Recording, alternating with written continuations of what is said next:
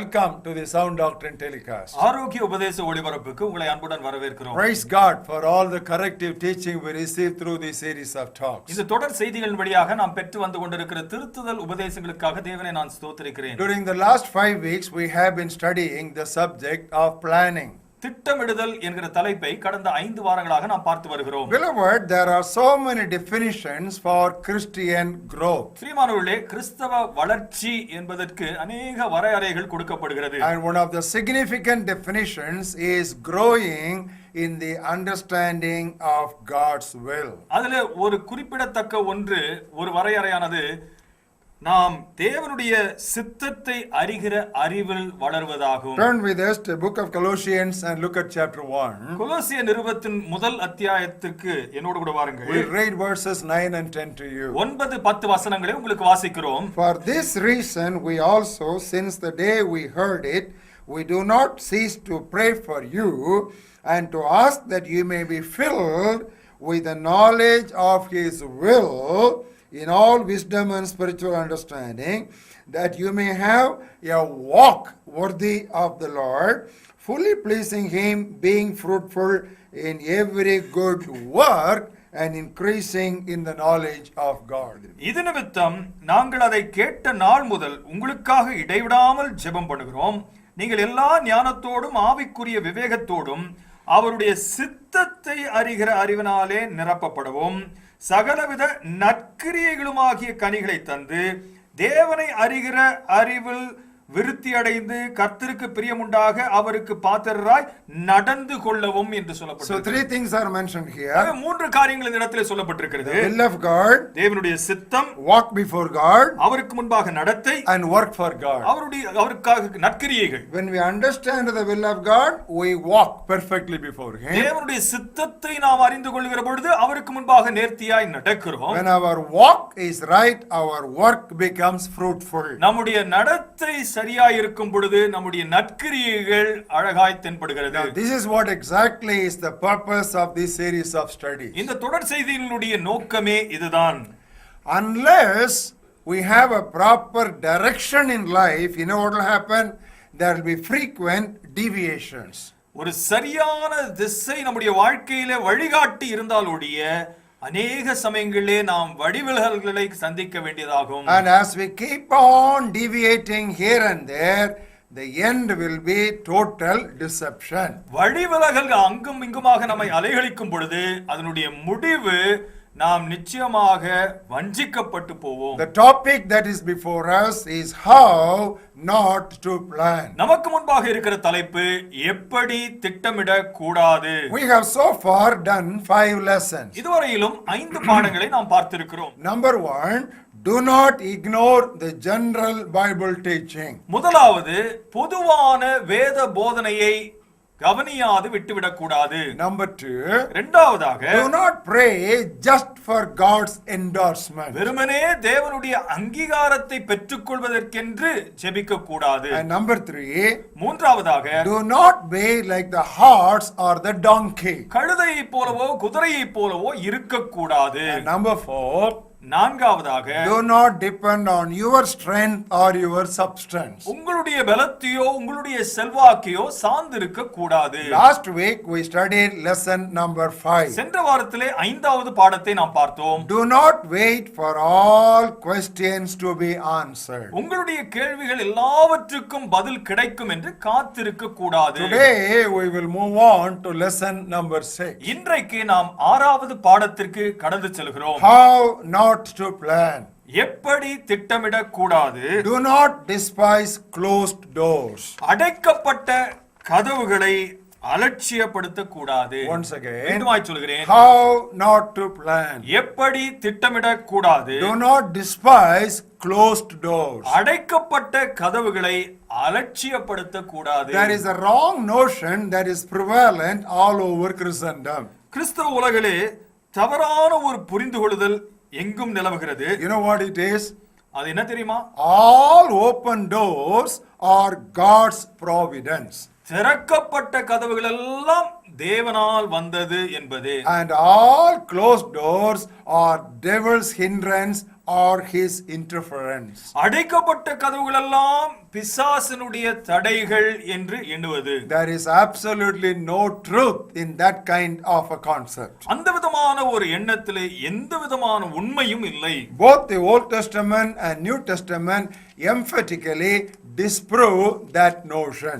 இந்த விதமான ஒரு எண்ணத்தை பழைய ஏற்பாட்டாலும் சரி புதிய ஏற்பாட்டானாலும் சரி அதை முற்றிலுமாக நிராகரிக்கிறது. Turn with us to book of Isaiah 22nd chapter. ஏசாயா 22வது அத்தியாயத்துக்கு என்னோடு கூட வாருங்கள். Look at the 22nd verse. 22வது வசனத்தை பாருங்கள். The key of the house of David I will lay on his shoulder. தாவீதுடைய வீட்டின் திறவுகோலை அவன் தோளின் மேல் வைப்பேன். So he shall open and no one shall shut. ஒருவரும் பூட்டக்கூடாதபடிக்கு அவன் திறப்பான். And he shall shut and no one shall open. ஒருவரும் திறக்க கூடாதபடிக்கு அவன் பூட்டுவான். Now the same truth is reflected for us in the New Testament also. புதிய ஏற்பாட்டிலும் இதே சத்தியம் நமக்கு பிரதிபலிக்கப்படுகிறதை பார்க்கிறோம். Turn with us to book of Revelation 3rd chapter. வெளிப்படுத்தின விசேஷம் 3வது அத்தியாயம். And look at the 7th verse. 7வது வசனத்தை பாருங்கள். These things says he who is holy, who is true, he who has the key of David, he who opens and no one shuts, and shuts and no one opens. பரிசுத்தமுள்ளவரும் சத்தியமுள்ளவரும் தாவீதின் திறவுகோலை உடையவரும் ஒருவரும் பூட்டக்கூடாதபடிக்கு திறக்கிறவரும் ஒருவரும் திறக்கக்கூடாதபடிக்கு பூட்டுகிறவருமாய் இருக்கிறவர் சொல்லுகிறதாவது. Whether the door is open or shut, that is immaterial. கதவு பூட்டப்பட்டிருக்கிறதோ திறக்கப்பட்டிருக்கிறதோ அது ஒரு பொருட்டே அல்ல. The most important thing is who has the key. இதில் முக்கியமாய் கவனிக்க வேண்டிய காரியம் யாரிடத்தில் திறவுகோல் இருக்கிறது. The key we know it is with our Lord God. அந்த திறவுகோல் நம்முடைய ஆண்டவரிடத்தில் இருக்கிறது என்பதை அறிந்திருக்கிறோம். As long as the key is there, what difference does it make whether it is closed or whether it is open? திறவுகோல் இருக்குமே என்று சொன்னால் அடைக்கப்பட்டிருந்தால் என்ன திறக்கப்பட்டிருந்தால் என்ன. So God can work very many times and he does so. He works through closed doors. ஆகவே தேவன் அநேக சமயத்தில் இப்படி நடத்தி இருக்கிறார். அடைக்கப்பட்ட கதவு வழியாக அவரால் நடத்த முடியும். Now turn with us for a very interesting example in book of John 20th chapter. யோவான் சுவிசேஷம் 20வது அத்தியாயத்தில் ஒரு சுவாரஸ்யமான சம்பவத்துக்கு என்னோடு கூட வாருங்கள். And look at the 19th verse. 19வது வசனத்தை பாருங்கள். This is after the resurrection of the Lord Jesus. ஆண்டவராகிய இயேசு உயிர்த்தெழுந்த பிறகு The same day at evening, being the first day of the week, when the doors were shut, when the disciples were assembled for fear of the Jews, Jesus came and stood in their midst and he said, Peace be unto you. வாரத்தின் முதல் நாளாகிய அன்றைய தினம் சாயங்கால வேளையில் சீஷர்கள் கூடியிருந்த இடத்தில் யூதர்களுக்கு பயந்ததினாலே கதவுகள் பூட்டப்பட்டிருக்கையில் இயேசு வந்து நடுவே நின்று உங்களுக்கு சமாதானம் என்றார். The doors were shut. Jesus did not open the doors to enter. He came right in the midst of them and he said peace. கதவுகள் பூட்டப்பட்டிருந்தது. இயேசுவானவர் அது திறக்கும்படியாக காத்திருக்கவில்லை. அவர்கள் மத்தியிலே வந்து நின்று சமாதானம் என்றார். Why? Jesus himself is the door. ஏன்? இயேசு தாமே வாசலாய் இருக்கிறாரே. Beloved, we want to make one observation here. பிரியமானவர்களே, இந்த இடத்திலே நீங்கள் கவனிக்க வேண்டிய ஒன்று இருக்கிறது. Because we humans are generally very strongly self-willed, God leads us more through closed doors than through open doors. மனிதர்களாகிய நாம் சுயசித்தம் கொண்டவர்களாய் இருக்கிறபடினாலே திறக்கப்பட்ட கதவுகளை விட அதிகமாய் தேவன் நம்மை பூட்டப்பட்ட கதவுகள் வழியாய் நடத்துகிறார். We need to have a very balanced understanding about our God and we are going to present some examples before you. தேவனை குறித்து நாம் ஒரு சமநிலையான புரிந்து கொள்ளுதல் இருக்க வேண்டும். இதை குறித்து ஒரு சில உதாரணங்களை உங்களுக்கு முன்பாக வைக்க விரும்புகிறேன். Turn with us to 1 Kings and look at the 20th chapter. 1 ராஜாக்கள் 20வது அத்தியாயத்துக்கு என்னோடு கூட வாருங்கள். We'll read to you verses 23 and then verse 28. 23வது வசனம் அதை தொடர்ந்து 28வது வசனத்தை உங்களுக்கு வாசித்து காண்பிக்கிறேன். The servants of the king of Syria said to him, their gods, that is referring to the God of Israel, their gods are gods of the hills. Therefore, they were stronger than we. But if we fight against them in the plain, then surely we will be stronger than they. சீரியாவின் ராஜாவுடைய ஊழியக்காரர் அவனை பார்த்து, அவர்களுடைய தேவர்கள், அதாவது இஸ்ரவேலருடைய தேவன் மலை தேவன், அதனால் அவர்கள் நம்மை மேற்கொண்டார்கள். நாம் அவர்களுடைய சமபூமியிலே யுத்தம் பண்ணினால் நல்லது, அப்பொழுது அவர்களை நாம் மேற்கொள்வது நிச்சயம் என்றார். In other words, the pagan understanding about Jehovah was that he is a god of the hills and he cannot do anything in the plains. மறு வார்த்தையில் சொல்ல வேண்டும் என்று சொன்னால், புறஜாதிகளுடைய புரிந்து கொள்ளுதல், யெகோவாவாகிய தேவனை குறித்த ஒரு புரிந்து கொள்ளுதல், அவர் மலைகளில் இருக்கிற மலை தேவராய் இருக்கிறார், ஆகவே சமபூமியிலே அவருக்கு வல்லமை இருக்காது. But when you come to verse 28, that wrong notion is corrected by a man of God. ஆனால் 28வது வசனத்துக்கு வரும் பொழுது அந்த தவறான புரிந்து கொள்ளுதல் ஒரு தேவ மனுஷனாலே திருத்தப்படுகிறதை பார்க்கிறோம். Then a man of God came and spoke to the king of Israel and said, "Thus says the Lord, because the Syrians have said the Lord is God of the hills, but he is not God of the valleys, therefore I will deliver all this great multitude into your hand, even in the plains, and then you shall know that I am the Lord."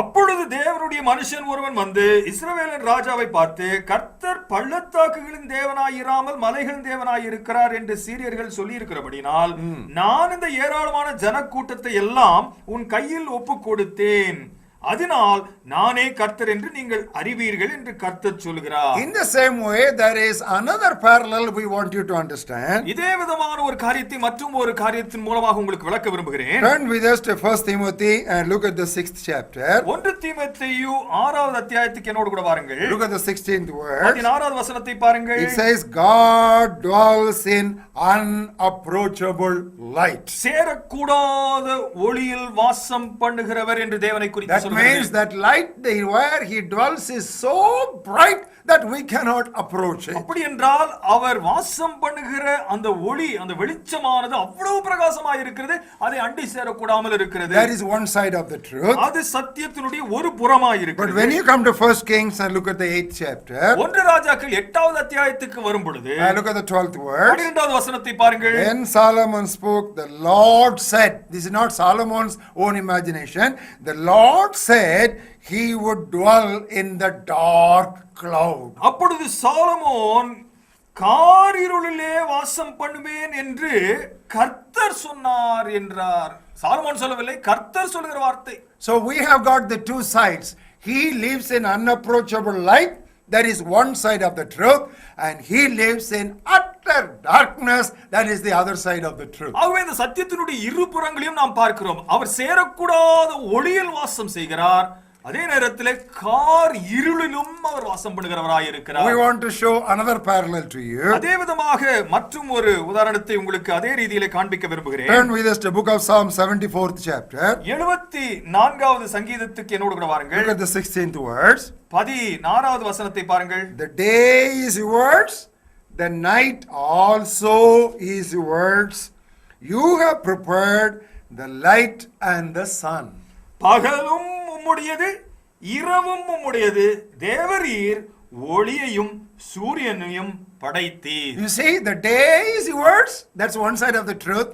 The night is also yours, oh God, that's the other side of the truth. பகலும் உம்முடையது, இரவும் உம்முடையது, இரு புறங்கள் அந்த சத்தியத்திற்கு உண்டு. Now if you actually take the creation story, நீங்கள் சிருஷ்டிப்பின் சம்பவத்தை எடுத்துக்கொள்வீர்களேயானால், you will find night comes first, then comes the day. சாயங்காலமும் விடியற்காலமும் முதல் நாள் ஆயிற்று என்று பார்க்கிறோம். So what comes first is the evening or the night, and then only comes the morning. முதலாவது சாயங்காலம் அல்லது இரவு தோன்றுகிறது, அதை தொடர்ந்து தான் பகல் வருகிறது. Now we want to strike another illustration. மற்றொரு உதாரணத்தை உங்களுக்கு சொல்ல We விரும்புகிறேன். all must have traveled in trains, and we know every train has got a guard. நாம் எல்லாருமே நாம் ரயில் வண்டிகளிலே பிரயாணப்பட்டு போயிருப்போம். அந்த ரயில் வண்டியிலே ஒரு கார்டு ஒருவர் இருப்பார். Now we want to ask you a question. ஒரு கேள்வி கேட்கிறோம். Can the guard guide the train only with a green flag? அந்த கார்டு அந்த ரயில் வண்டியை வெறும் பச்சை கொடியை வைத்துக் கொண்டே நடத்த முடியுமா? Does he not need the red flag also? ஒரு சிகப்பு கொடியும் அவருக்கு அவசியம் இல்லையா? Here lies the lesson. God leads us both through the open doors and with the closed doors. இங்கேதான் அந்த பாடம் நமக்கு வெளிப்படுகிறது. தேவன் நமக்கு திறந்த வாசல் வழியாகவும் நம்மை நடத்த வல்லவர், அவர் அடைக்கப்பட்ட வாசல் வழியாகவும் நடத்துகிறார். Now, unless we have this balanced understanding about the ways of God, we will be terribly disillusioned and confusion. தேவனுடைய வழிகளை பற்றிய இந்த சமநிலையான ஒரு புரிந்து கொள்ளுதல் இருந்தாலொழிய நமக்கு அநேக குழப்பங்கள் ஏற்படும். Beloved, just because there is an open door, we should not think, oh, that is God's will for us. பிரியமானவர்களே, ஏதோ ஒரு திறக்கப்பட்ட கதவு இருக்கிறது, ஆகவே இதுதான் தேவ சித்தம் என்று நாம் வஞ்சிக்கப்படக்கூடாது. That is a very interesting story. We all know about prophet Jonah. நமக்கு ஒரு சுவாரஸ்யமான ஒரு சம்பவம், எல்லாருக்குமே யோனா தீர்க்கதரிசியை பற்றி தெரியும். What did God tell him? யோனாவை பார்த்து ஆண்டவர் என்ன சொன்னார்? God told him, you go to the city of Nineveh. ஆண்டவர் அவனை பார்த்து நீ நினைவே பட்டணத்திற்கு போ என்று சொன்னார். He went to the harbor. அவன் கடற்கரைக்கு சென்றான். And what ship did he find there? அங்கே என்ன கப்பலை பார்த்தான்? Look at the first chapter and the third verse. முதல் அத்தியாயத்தினுடைய 3வது வசனத்தை பாருங்கள். Jonah arose to flee to Tarshish from the presence of the Lord. He went down to Joppa and found a ship going to Tarshish. அப்பொழுது YONO கர்த்தருடைய சமூகத்தை விட்டு விலகி தர்ஷீஷுக்கு ஓடி போகும்படி எழுந்து யோப்பாவுக்கு போய் தர்ஷீஷுக்கு போகிற ஒரு கப்பலை கண்டான். God told him to go to Nineveh, but the ship that he found was bound for Tarshish. நினவேவுக்கு போகும்படியாக தேவன் அவனுக்கு கட்டளை கொடுக்கிறார், ஆனால் அவன் கண்டு கொண்ட கப்பல் தர்ஷீஷுக்கு போகிறதாக இருக்கிறது. So beloved, just because there is an open door you cannot take, that is God's perfect will for you. பிரியமானவர்களே, ஒரு திறக்கப்பட்ட கதவு இருக்கிறது என்கிறதுனாலே அதுதான் தேவனுடைய சித்தம் என்று எடுத்துக்கொள்ளவே கூடாது. Another observation. மற்றும் ஒரு நீங்கள் பார்க்க வேண்டிய காரியம், in one instance God may lead us through one particular style, and in another instance he may totally change his pattern. ஒரு நேரத்திலே தேவன் நம்மை ஒரு குறிப்பிட்ட வழியிலே நடத்தலாம், மற்றும் ஒரு சூழ்நிலையிலே முற்றும் வித்தியாசமான வழியிலே அவர் நம்மை நடத்தலாம். We would like to take an example from Abraham and Isaac. ஆபிரகாமினுடைய வாழ்க்கையிலிருந்தும் ஈசாக்கினுடைய வாழ்க்கையிலிருந்தும் நாங்கள் உங்களுக்கு ஒரு உதாரணத்தை சொல்ல விரும்புகிறோம். Turn with us to book of Genesis 12th chapter. ஆதியாகமம் 12வது அத்தியாயத்துக்கு என்னோடு கூட வாருங்கள். And we'll read to you the 10th verse. 10வது வசனத்தை உங்களுக்கு வாசிக்கிறேன். There was a famine in the land, and Abraham went down to Egypt to sojourn there, because the famine was severe in the land. அத்தேசத்திலே பஞ்சம் உண்டாயிற்று, தேசத்திலே பஞ்சம் கொடிதாய் இருந்தபடியால் Abraham எகிப்து தேசத்திலே தங்கும்படி அவ்விடத்திற்கு போனான். There was a similar famine in the time of his son Isaac. தன்னுடைய குமாரனாகிய ஈசாக்கினுடைய காலத்திலும் அதே விதமான ஒரு பஞ்சம் ஏற்பட்டது. Turn with us to 26th chapter and look at the first verse. 26வது அத்தியாயம் ஆதியாகமத்திலே முதல் வசனத்துக்கு வாருங்கள். There was a famine in the land besides the first famine that was in the days of Abraham. ஆபிரகாமின் நாட்களில் உண்டான பஞ்சத்தை அல்லாமல் பின்னும் ஒரு பஞ்சம் தேசத்திலே உண்டாயிற்று. Isaac went to Abimelech, king of the Philistines in Gerar. அப்பொழுது ஈசாக்கு பெலிஸ்தருக்கு ராஜாவாகி அபிமெலேக்கினிடத்திலே கேராகுக்கு போனான். Then the Lord appeared to him and said, do not go down to Egypt, dwell in the land of which I shall tell you. கர்த்தர் அவனுக்கு தரிசனமாகி, நீ எகிப்துக்கு போகாமல் நான் உனக்கு சொல்லும் தேசத்திலே குடியிரு என்றார். Look at the 6th verse. 6வது வசனத்தை பாருங்கள். So Isaac dwelt in Gerar. Isaac கேராரிலே குடியிருந்தான். And what was the result? அதனுடைய விளைவு என்ன? 12th verse. Then Isaac sowed in that land and reaped in the same year 100-fold, because the Lord blessed him. 12வது வசனம், ஈசாக்கு அந்த தேசத்திலே விதை விதைத்தான், கர்த்தர் அவனை ஆசீர்வதித்ததனால் அந்த வருஷத்தில் 100 மடங்கு பலன் அடைந்தான். The father during the time of a famine went to Egypt. அந்த தகப்பன் பஞ்சகாலத்திலே எகிப்துக்கு புறப்பட்டு போகிறான். And his son during the time of a similar famine wanted to follow what his father had done. He also wanted to go to Egypt. மகன் பஞ்சகாலத்திலே தகப்பன் எவ்வழியாய் நடந்து போனானோ அதே விதமாய் தானும் போக முற்பட்டான். And God stopped him. தேவன் அவனை தடுத்தார். And God wanted him to dwell in that same land, and when he sowed there, he reaped 100-fold. Are you able to follow the truth? தேவன் அதே இடத்திலே அவனை இருக்கும்படியாக நிறுத்தினார். அந்த இடத்தில் அந்த காலத்தில் அவன் விதைத்தான், 100 மடங்கு பலன் கொடுக்கக்கூடிய விதை விதைத்து அவன் அறுவடை செய்கிறான். Yes, beloved, there is another observation that God, when he guides us, he leads us alternating between open doors and closed doors. இந்த இடத்துல மற்றொரு காரியத்தை நாம் கவனிக்க வேண்டும். தேவன் நம்மை நடத்தும் பொழுது திறந்த வாசல்கள் அடைக்கப்பட்ட வாசல்கள் என்று மாறி மாறி நம்மை நடத்துகிறதையும் நாம் பார்க்க A முடியும். classic example is taken from the missionary journeys of the early apostles. ஆதி அப்போஸ்தலர்களுடைய மிஷனரி பயணங்களிலிருந்து ஒரு அருமையான எடுத்துக்காட்டு இதற்கு உண்டு. Turn with us to the book of Acts 16th chapter. அப்போஸ்தலர் நடபடிகள் 16வது அத்தியாயத்துக்கு என்னோடு கூட We வாருங்கள். read from verse 6 to 8. 6 லிருந்து 8 வரை உள்ள வசனங்களை வாசிக்கிறேன். When they had gone through Phrygia and the region of Galatia, they were forbidden by the Holy Spirit to preach the word in Asia. அவர்கள் பெரியா கலாத்தியா நாடுகளை கடந்து போன போது ஆசியாவிலே வசனத்தை சொல்லாதபடிக்கு பரிசுத்த ஆவியினாலே தடை பண்ணப்பட்டார்கள். After they had come to Mysia, they tried to go into Bithynia, but the Spirit did not permit them either. மீசியா தேசம் மட்டும் வந்து பித்தினியா நாட்டுக்கு போக பிரயத்தனம் பண்ணினார்கள். ஆவியானவரோ அவர்களை போக ஒட்டாதிருந்தார். So passing by Mysia, they came down to Troas. அப்பொழுது அவர்கள் மீசியா பக்கமாய் போய் துரோவாவுக்கு வந்தார்கள். So in Asia, there was a closed door. அவை ஆசியாவிலே அடைக்கப்பட்ட கதவு. When they turned to Bithynia, there was a closed door. பித்தினியாவுக்கு திசை திரும்பின பொழுது அடைக்கப்பட்ட கதவு. And then finally they landed in Troas. அதற்கு பிறகு துரோவாவுக்கு வந்தார்கள். And when they came to Troas, துரோவாவுக்கு வந்த பொழுதோ what happened? Turn with us to 2 Corinthians. 2 கொரிந்தியருக்கு என்னோடு கூட பாருங்கள். 2nd chapter. 2வது அத்தியாயம் Look at the 12th verse.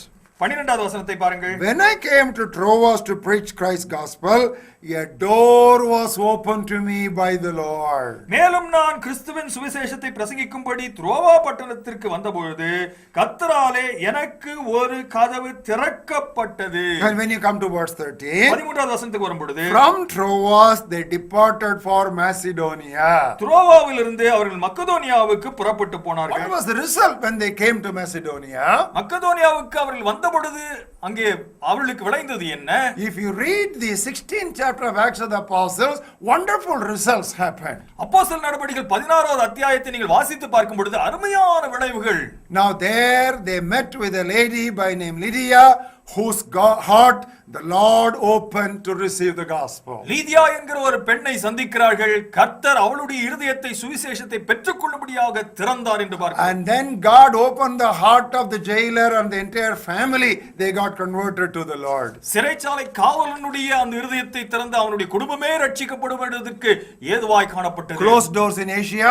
ஆசியாவிலே அடைக்கப்பட்ட கதவுகள். Closed doors in Bithynia. பித்தினியாவிலே அடைக்கப்பட்ட கதவுகள். Then they finally landed in Troas. துரோவாவிலே அவர்கள் வந்து சேர்கிறார்கள். There the Lord opens the door. அங்கே கதவை ஆண்டவர் திறக்கிறார். They proceed to Macedonia. மக்கதோனியாவுக்கு போகிறார்கள். There two outstanding candidates were converted to the gospel. அங்கே அருமையான 2 விசுவாசிகள் ஆண்டவருக்காக See, எழும்புகிறார்கள். God guides alternating between closed doors and open doors. திறக்கப்பட்ட கதவுகள் அடைக்கப்பட்ட கதவுகள் என்று மாறி மாறி ஆண்டவர் நடத்துகிறதை பார்க்கிறோம். Praise God for the closed doors in our life. வாழ்க்கையிலே அடைக்கப்பட்ட கதவுகளுக்காக தேவனுக்கு ஸ்தோத்திரம். If God does not close certain doors for us, தேவன் சில கதவுகளை நமக்கு அடைக்காமல் போவாரே ஆனால் we will fall in for every open door thinking that is God's will for us. திறந்திருக்கிற எந்த கதவிற்குள்ளாகவும் இதுதான் தேவ சித்தம் என்று சொல்லி நாம் விழுந்து விடுவோம். But beloved, some open doors may be actually traps for our life. ஆனால் பிரியமானவர்களே, சில திறந்த கதவுகள் நமக்கு கண்ணிகளாக அமையலாம். Another thing we want to tell you, மற்றொரு காரியத்தை உங்களுக்கு சொல்ல விரும்புகிறேன். just because the Lord opens the door, that does not mean the situation will be free from problems.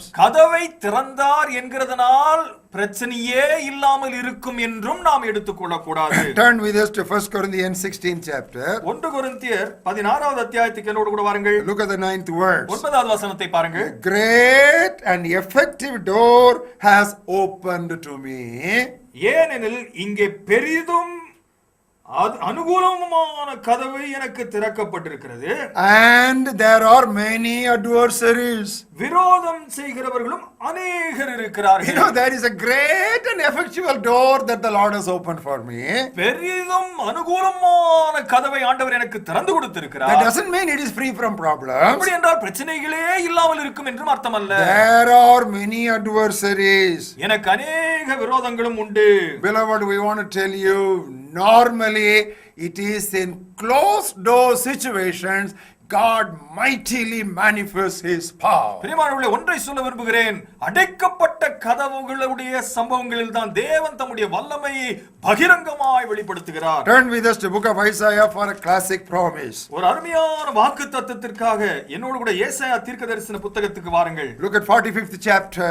45வது அத்தியாயத்தை பாருங்கள். We'll read verses 2 and 3. 2-3 வசனங்களை வாசிக்கிறேன். I will go before you and make the crooked places straight. நான் உனக்கு முன்பே போய் கோணலானவைகளை செவ்வையாக்குவேன். I will break in pieces the gates of bronze and cut the bars of iron. வெண்கல கதவுகளை உடைத்து இருப்பு தாழ்பாகளை முறித்து நான் உனக்கு வழியை உண்டாக்குவேன். And I will give you the treasures of darkness. அந்தகாரத்தில் இருக்கிற பொக்கிஷங்களையும் ஒளிப்பிடத்தில் இருக்கிற புதையல்களையும் உனக்கு கொடுப்பேன். Bronze, gates of bronze and bars of iron and treasures of darkness.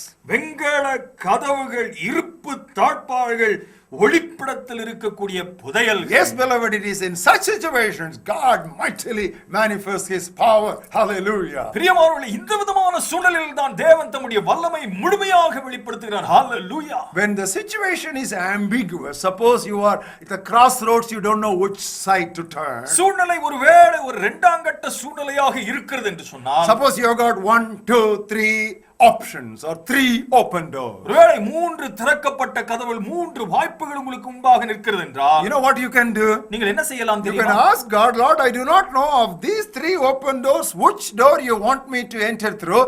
So, Lord, you close the doors which are not your perfect will for me. இப்படியாக நீங்கள் ஜெபிக்கலாம். ஆண்டவரே, இந்த 3 கதவுகள் எனக்கு முன்பாக திறக்கப்பட்டிருக்கிறது, 3 வாய்ப்புகள் இருக்கிறது. ஆகவே உம்முடைய சித்தமல்லாத 2 கதவுகளை எனக்கு முன்பாக அடைத்து விடும் என்று கேட்கலாம். Beloved, I want to testify and confess before you. I normally pray like that when I have too many open doors before me. பிரியமானவர்களே, சாட்சியாக உங்களுக்கு முன்பாக இதை நான் சொல்ல விரும்புகிறேன். அநேக வாய்ப்புகள் எனக்கு முன்பாக இருக்கிற பொழுது இவ்விதமாக தான் நான் ஜெபிக்கிறேன். But when we talk about these open doors and closed doors, we want to close with one warning. ஆனால் இந்த திறக்கப்பட்ட கதவுகள், மூடப்பட்ட கதவுகள் என்கிறதை குறித்து நாங்கள் பேசுகிற அதே வேளையிலே ஒரு எச்சரிக்கையோடு கூட நாங்கள் இந்த செய்தியை முடிக்க விரும்புகிறோம். Turn with us to Matthew's Gospel 7th chapter, a very familiar passage for all of us. மத்தேயு சுவிசேஷம் 7வது அத்தியாயம் நமக்கு மிகவும் அறிமுகமான ஒரு வசன பகுதி. Verses 13 and 14. 13, 14 வசனங்கள். Enter by the narrow gate. இடுக்கமான வாசல் வழியாய் உட்பிரவேசியுங்கள். Wide is the gate and broad is the way that leads to destruction, and there are many who go in for it. கேட்டுக்கு போகிற வாசல் விரிவும் வழி விசாலமுமாய் இருக்கிறது, அதன் வழியாய் போகிறவர்கள் அநேகர். Because narrow is the gate and difficult is the way which leads to life, there are few who find it. ஜீவனுக்கு போகிற வாசல் இடுக்கமும் வழி நெருக்கமுமாய் இருக்கிறது, அதை கண்டுபிடிக்கிறவர்கள் சிலரே. All these verses and passages we put together, now the truth is so clearly established that we are not to despise closed doors when we talk about guidance. இந்த வசனங்களை எல்லாம் இவ்வளவு உங்களுக்கு முன்பாக வைத்திருக்கிறதுனாலே சத்தியமானது இவ்வளவு தெளிவாய் நமக்கு முன்பாக எடுத்துரைக்கப்பட்டிருக்கிறது. நாம் அடைக்கப்பட்ட கதவுகளை அலட்சியப்படுத்தக்கூடாது. How not to plan. எப்படி திட்டமிடக்கூடாது. Do not despise closed doors. அடைக்கப்பட்ட கதவுகளை அலட்சியப்படுத்தக்கூடாது. May the Lord through these lessons teach you and train you to find God's will in every situation and walk in perfect agreement with His Spirit. தேவன் உங்களுக்கு அவருடைய சித்தத்தோடு இணைந்து இசைந்து நடப்பதற்கு இந்த சத்தியங்கள் வழியாக உங்களுக்கு தெளிவுபடுத்தி நடத்துவாராக. God bless you. கர்த்தர் உங்களை ஆசீர்வதிப்பாராக.